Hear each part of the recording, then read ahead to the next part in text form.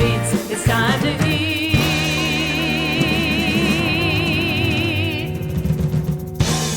All right, here we go. The headlining event of the Connecticut Pizza and Brew Fest here at Hartford Healthcare Amphitheater in Bridgeport, presented by Brown Roofing and Mazda of Milford. Thank you so much, everyone, for being here at the panel. Who enjoyed Frank's class? Was anybody here for that? Yeah, all right. Awesome. So if you've been to our festivals in the past, you've probably been to a panel like this. If you haven't, you are in for the biggest treat of the day. This is our Icons of New Haven, Apizza. And Frank and I host a podcast called Charred, a New Haven pizza show. So maybe you've seen those episodes. If you haven't, it's on YouTube, all the podcast platforms. You can see them there. We've talked to a lot of our panelists who are up here today, but they're going to tell you some amazing stories from over the years. So first I want to bring up Frank from the Frank Zabsky, New Haven Pizza School. Let's give it up for Frank, everybody. So Frank's going to moderate the panel. He's going to introduce all our guests today, and we're filming this for our next 2 episodes of Charred. So if you have family or friends who weren't able to be here, they will be able to see it on video as well and on the podcast. So I'm going to hand it over to Frank, and we're going to start the panel. Here we go. I talked so much the last hour and a half, I'm not sure I have much left. Easy, Doug. Remember, payback, baby. So want to thank you guys for being here, and again, if people can't come here, we're going to have this on our podcast. This is probably one of the favorite parts of the whole fest for me outside of the pizza, because without these people here, that wouldn't exist. There's a lot of second, third generation owners here of original pizzerias from New Haven. Some people I know, some people I don't know, but it's an honor to be in the same room with all these people. So round of applause for...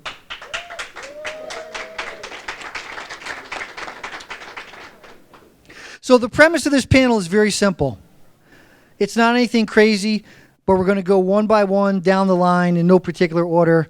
Ladies first, of course. And we want these families to tell you their story. Because I think the story is really the cool thing. Most of the people that came here were Italian immigrants. There's a word in Italian, hopefully I pronounce it correctly, ugats. They came here with nothing, they started something, and now we have basically a worldwide revolution of pizza. And they're here to tell their stories. That's really simple.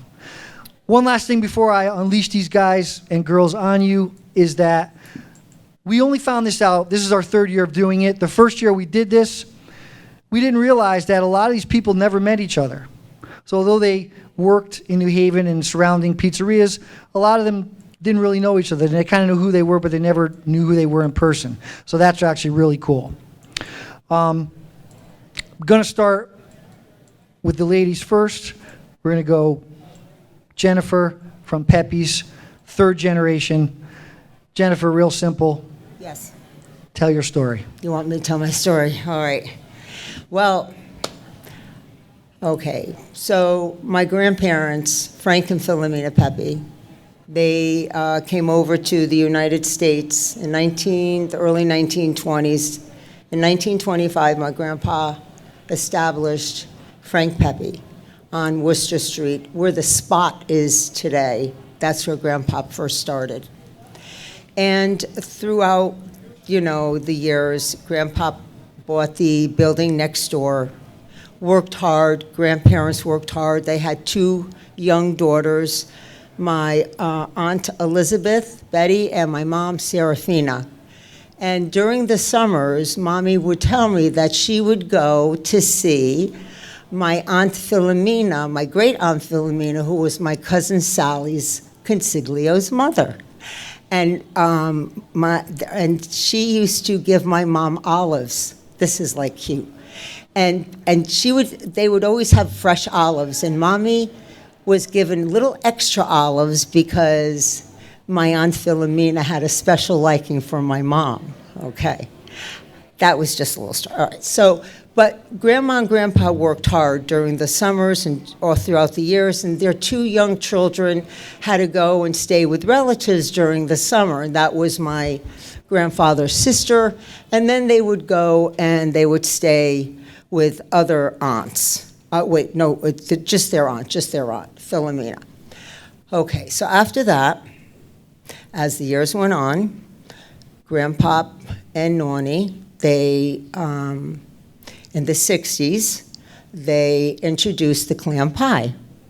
But before that, my grandpapa and Nonny would always have, they had other things besides pizza in the 40s and 50s. And then Grandpapa knew that wasn't going to, pan out. So he eliminated that. And he only stayed, just trying it, he only stayed with the pizza, which was a great thing. Because Grandpapa always said, keep it simple and stay with what you know.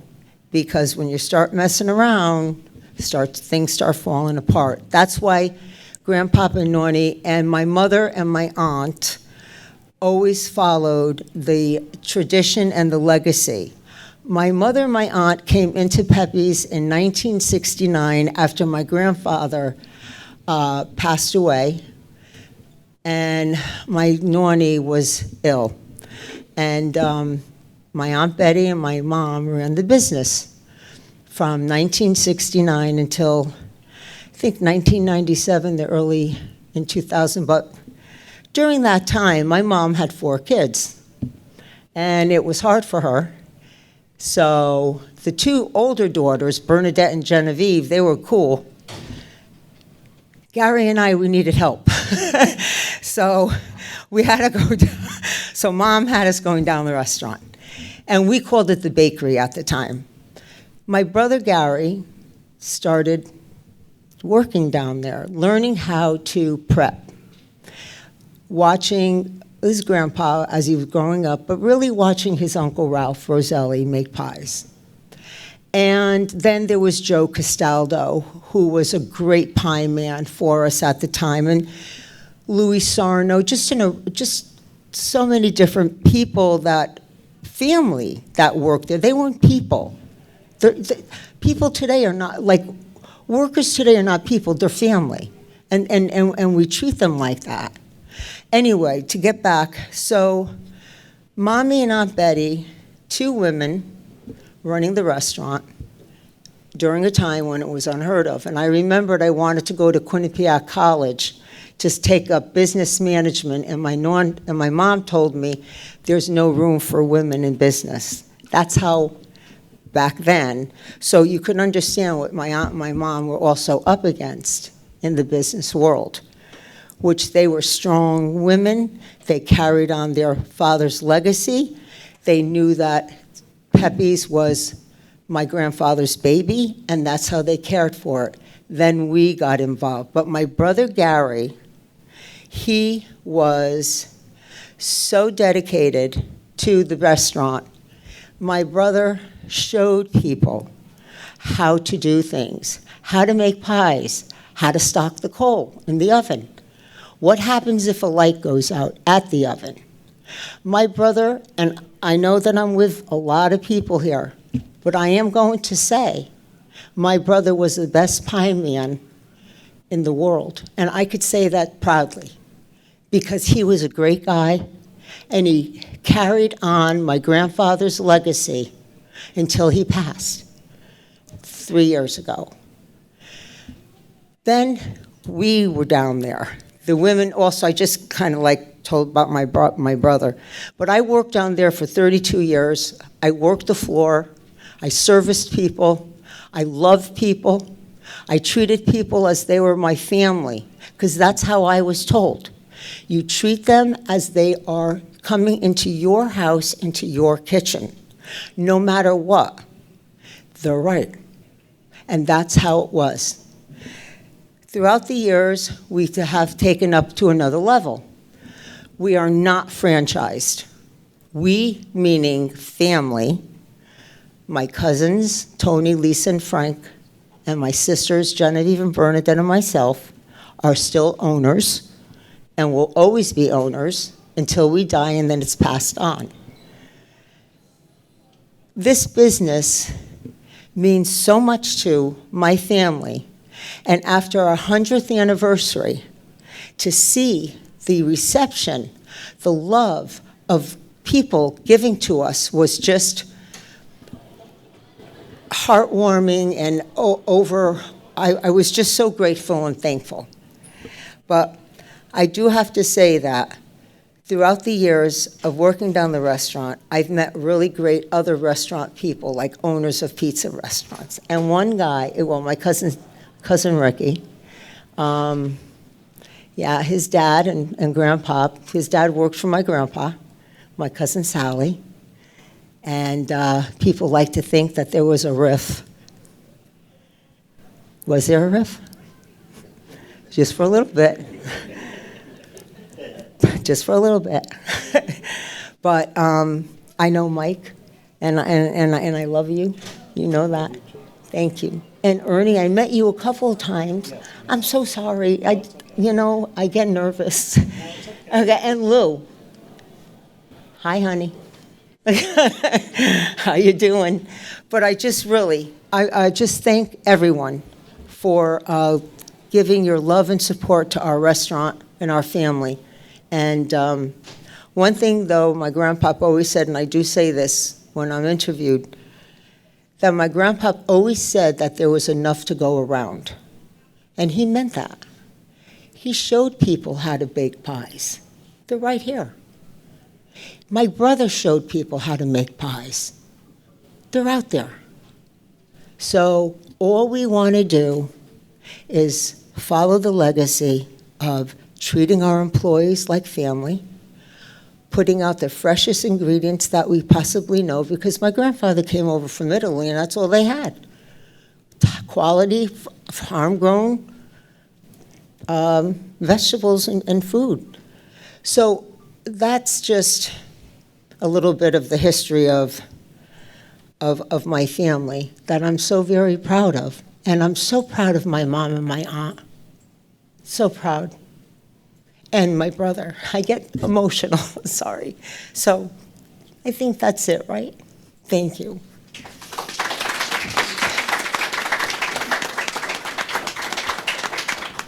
Jennifer, thank you very much. I have a question for you, quickly. And it's one thing, when I listen to people, I always pick up things that I didn't know.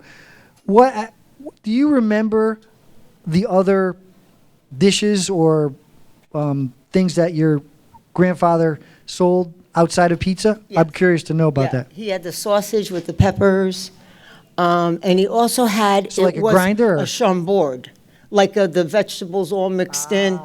Yeah, and then he knew. I mean, he did it for a short time, very short window of time. But I remember Mommy and Ozzy telling me that. Ozzy, yeah, it was great. That's it. Okay. Thank you very much. The next person we have here is Doug Coffin, started Big Green Truck Pizza. Doug has a time limit of 8 minutes and 35 seconds, because he can actually talk more than I can. Doug, give us your story. All right, starting now. Started Big Green Truck Pizza in 2003. At that time, the pizza trucks were non-existent. The food truck scene on Long Wharf was Sweeney's Hot Dogs and a guy selling a bunch of flags. So it was really just something totally new.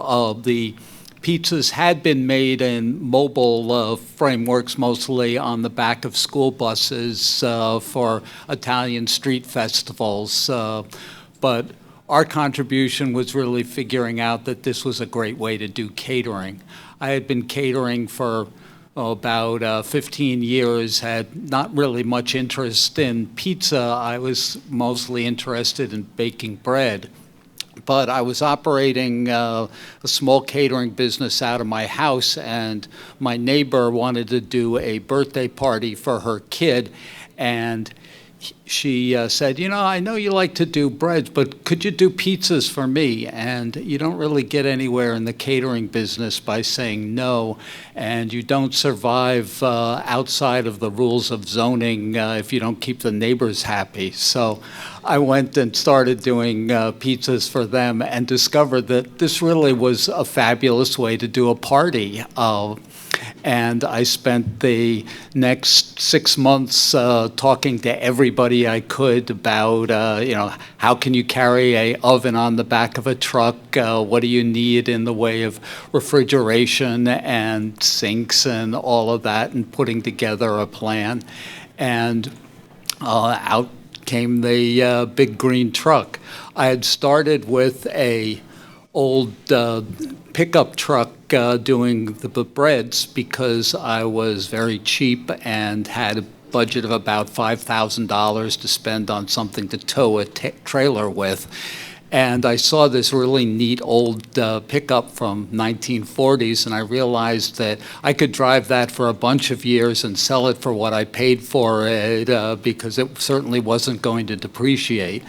And that started me onto the old trucks. I am not Italian. I didn't want to pretend to be Italian, so I wanted to have something that felt very American, and that was sort of the start of some of the farm-to-table stuff.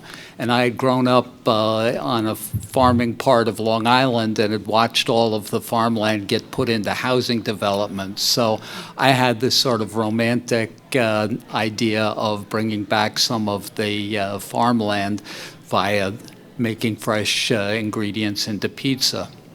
And I was incredibly surprised at just how popular it was. I had thought when I put it together that in maybe 3 years I'd be taking it all apart and selling the truck and trying to figure out how to put the oven in my backyard.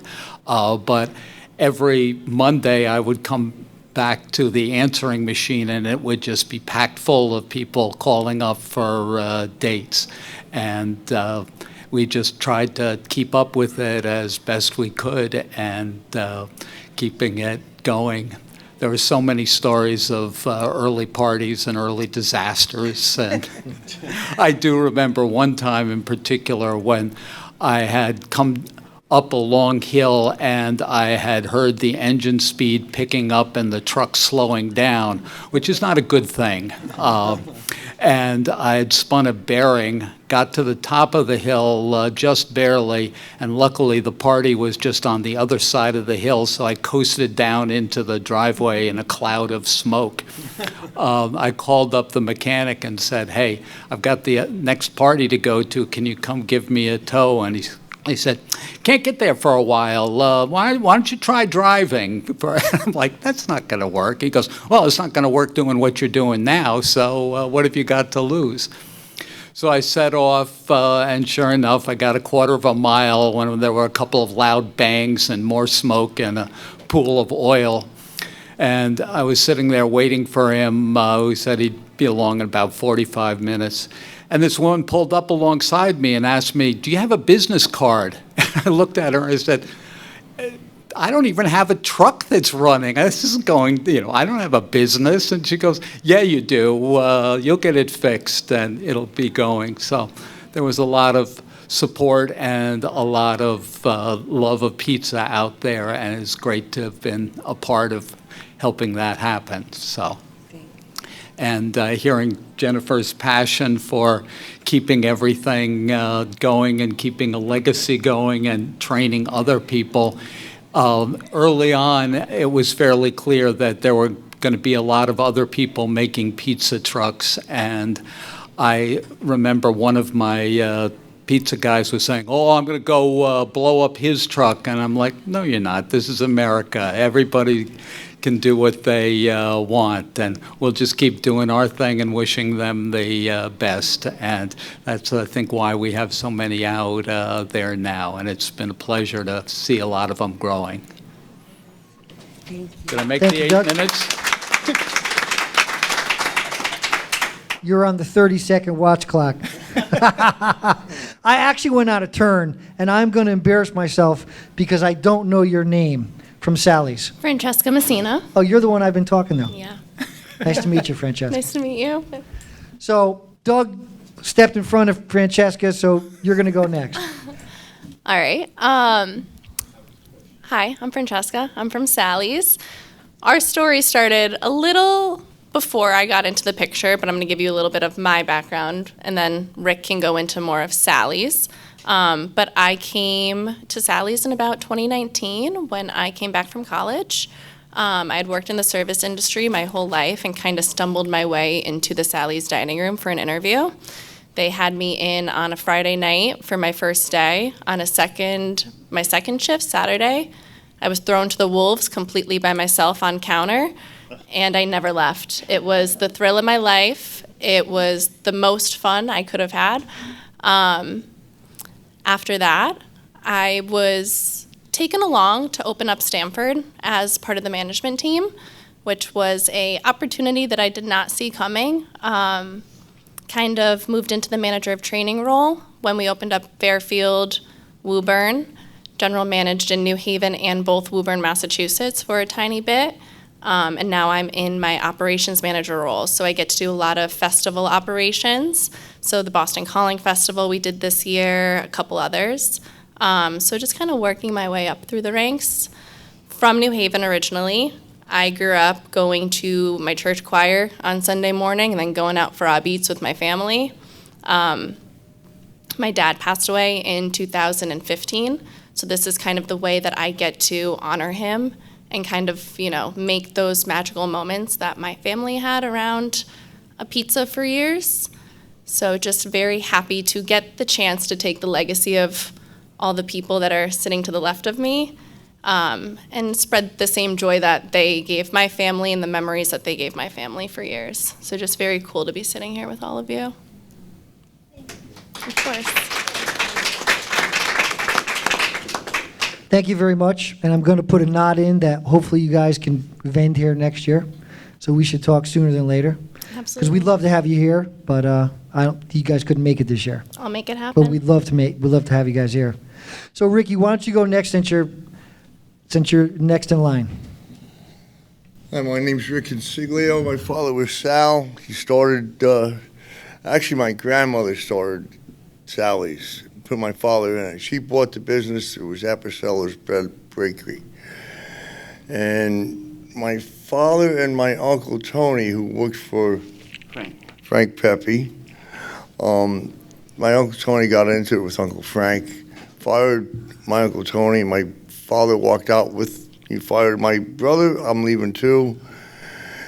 And they did a year sabbatical. Then Apizza's restaurant, he got into an accident and business was up for sale. My grandmother bought it, put my father and uncle back in there. And that's how the legacy started with Sally's. And then my uncle eventually went with Frank Sinatra on the road, who he was friends with from childhood, as his valet. And my father ran it, by himself with my mother. And then my brother and I, after my dad passed, my mother ran it, and my brother and I took it over. And we got old. So we went out and sold it, went corporate. And the corporation that took it over was very adamant about keeping the product the same. And they have put good people in place to continue the legacy, such as Francesca and others. So, that's about it. That's about the story of it. I will kind of maybe just add in there that at the time when Rick took over or came back after his father passed, you got the news, right? Your dad was sick, and your mom asked, come back. You were in Colorado. I was in Colorado. My parents came out there. Yep. They said if I didn't come back and take it over with my brother, they were going to lock the door. So he came back from Colorado. He was going to school to be a veterinarian.